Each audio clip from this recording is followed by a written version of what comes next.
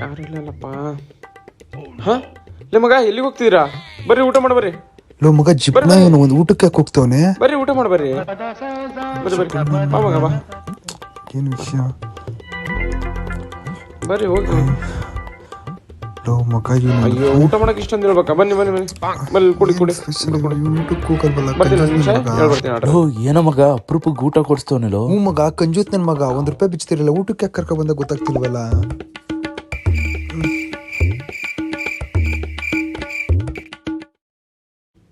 ತಿನ್ನಿ ತಿನ್ನಿ ತಿನ್ನಿ ಚೆನ್ನಾಗಿ ತಿನ್ನಿ ಚೆನ್ನಾಗಿ ತಿನ್ನಿ.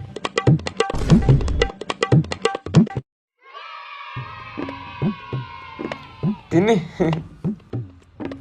ಮಗ ಹೌದು ಏನು ಕೊಡ್ತಿದ್ದು ಊಟನ? ಮಗ ಏನಿಲ್ಲ, ನಮ್ಮ ಮನೆಗೆ ಒಂದು ಸ್ವಾಮೀಜಿ ಬಂದಿದ್ರು. ಅವ್ರು ಏನಂದ್ರು ಗೊತ್ತಾ, ಇಬ್ರು ಭಿಕ್ಷಕರಿಗೆ ಊಟ ಹಾಕಿದ್ರೆ ನಿಮ್ಮ ಮನೆಗೆ ಒಳ್ಳೇದಾಗ್ತಂದ್ರು. ಅದಕ್ಕೆ ನಿಮ್ಮಿಬ್ರಿಗೆ ಊಟ ಹಾಕ್ತಾರೆ.